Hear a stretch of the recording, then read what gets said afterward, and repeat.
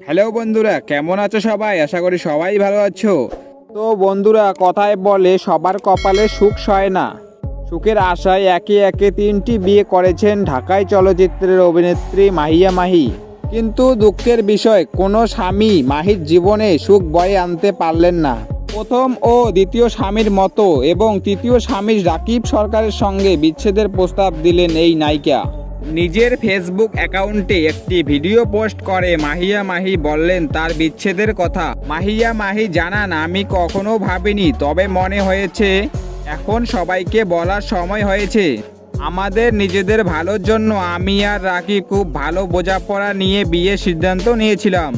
আমরা খুব ভালোই ছিলাম, কিন্তু জীবনের এক পর্যায়ে এসে বুঝলাম আমরা আসলে দুজন দুজনের জন্য না।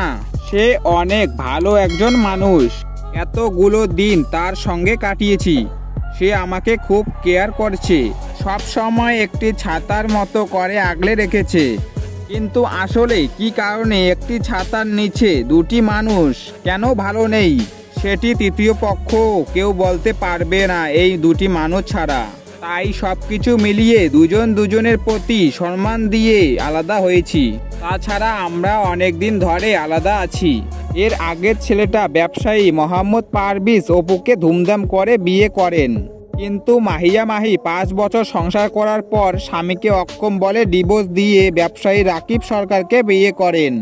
কিন্তু কয়েক বছর না যেতে এই স্বামীর সঙ্গে আলাদা হয়েছেন বলে জানিয়েছেন মাহি। তো বন্ধুরা, এই ছিল আজকের ভিডিও। এরকম নতুন নতুন ভিডিও পেতে ভিডিওটি লাইক দিয়ে চ্যানেলটি সাবস্ক্রাইব করে পাশে থাকবেন। দেখা হচ্ছে পরের ভিডিওয়। ভালো থাকবেন, সুস্থ থাকবেন, ধন্যবাদ।